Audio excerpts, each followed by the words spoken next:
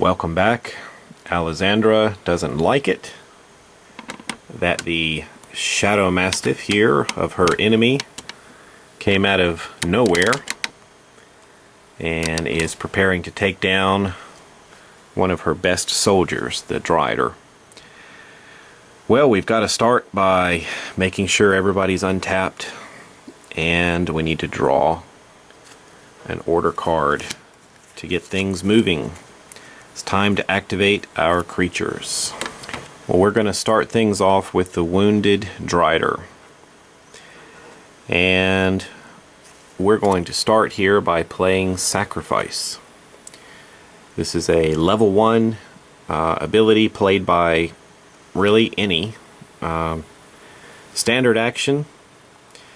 It says we discard one order card to have this creature make a melee attack that deals plus 30 damage. So melee damage plus 30. I think I'm going to discard Stalk. We'll just put that in the discard pile so that we can begin to make this attack. So as a standard attack, we need to tap the Drider. And now we get to see if the Shadow Mastiff has anything to protect itself. Otherwise, it's going to take 50 points of damage.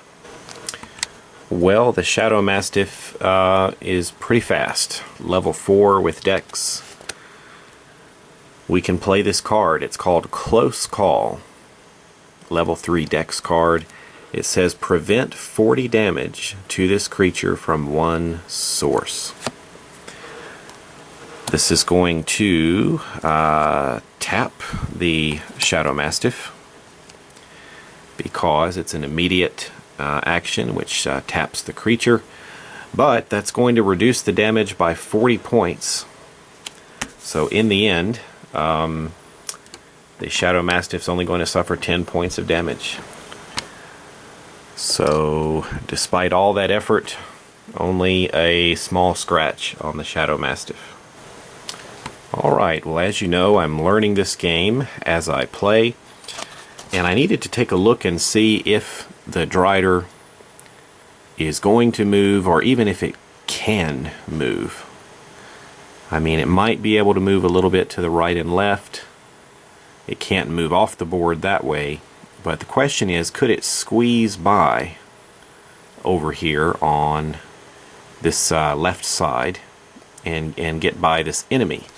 Because it does have Scuttle, which allows it to shift when it moves. But I don't think it can move because it's a larger creature. It says in the movement area of the book, each square a creature moves into must be a legal square. And when we go down here, all squares of a larger creature's space, I think that must be base, must enter legal squares. So, I don't think that the Drider can get out of there, because moving in here is an illegal move. So, I just don't think that's going to work. Let's see, there was another question, is where was that Drider? Was he there? Huh. You know, to make his last attack, he probably would have had to have moved one space forward anyway, and that would have ended his movement, so none of this really matters anyway, but it still raised a good question. Let's go ahead and say the Drider's movement is done. But I think I've learned here that it can't squeeze by. With the larger base like that, I think every square that it enters, unless it has something like burrow or fly, I don't think he can go anywhere. So that ended up being a death trap for him, most likely. So he's done. Well, the little demon web spider is only going to be able to hit for about 10 points of damage. Why don't we just go ahead and use that little spider to take this last treasure token for the commander. So we're going to tap the spider, take this, and we're going to boost the commander's morale up from 12 to 13. Definitely a lead there for Alessandra. Just trying to think if there's anywhere I want to move the spider. And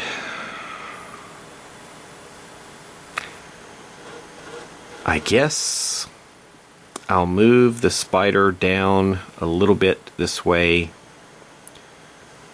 Since creatures have to stop when they move near an enemy piece, I think I'm going to have him move there sort of in a defensive position to see if we can help save this Drider's life. And maybe some reinforcements can come in from back here and move forward. So we're just going to move there and hold position. Well, let's see if we can get our giant spider back here to help with this Shadow Mastiff. Well, we've got a larger size creature. It's going to be able to move through an ally's space. So let's start moving here. It's going to have a speed of 9. 1, 2, 3, 4, 5, 6. And I think it should be able to attack the Shadow Mastiff right there. Another interesting thing here compared to the I believe it's the D&D Adventure System board games is I believe that you could move your piece diagonally past a wall. But in this game you can't. You've got to move up and around any kind of wall like that. So I really wish movement things like that and some other things were consistent with all the different games that have come out, like the RPG, the board games, and now this miniatures game. But you've got these little differences here and there that, you know, since it's all D&D and it's kind of closely related to the same edition, it gets a little tricky sometimes. But you've got to move around the walls. So here we go. Giant spider is attacking after its movement, and looking at the giant spider's card, it's going to be doing 20 points of damage to the Shadow Mastiff. This attack is going to tap the giant spider. I do have a card that would help the Shadow Mastiff here, but the creature is already tapped, so I cannot play it. So 20 points of damage to the Shadow Mastiff. So we'll take a couple of these and put them up here. And that's all the creatures that we can activate this turn. 1, 2, 3. So what to do now? It's time to increase the leadership by 1. That gives us 10.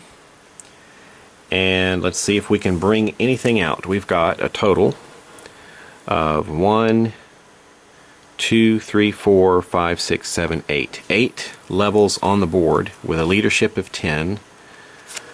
We could bring out something of level 2. And we've got something. We've got a Drow House Guard. Alright, well here is our House Guard. And if you notice, it looks exactly like the House Guard that is on the board controlled by the enemy. So how do we tell them apart? Well, as we're deploying this creature over here, let's just put him right there. We've got these little indicators. One piece is just slightly, what do you say, indented there, curved. Let's put that right next to his base. It's the number 7. And then we're just going to put this little number 7 on his card. You can pick any number, number 1, whatever. And then I've got these number 5s. I'm going to do the same thing over here for this one. So we'll put the curved one there next to his base, and the number 5 up here by his card. So that way they won't be confused. Like I said, since this is a Civil War match, it's we're going to have some pieces that look alike.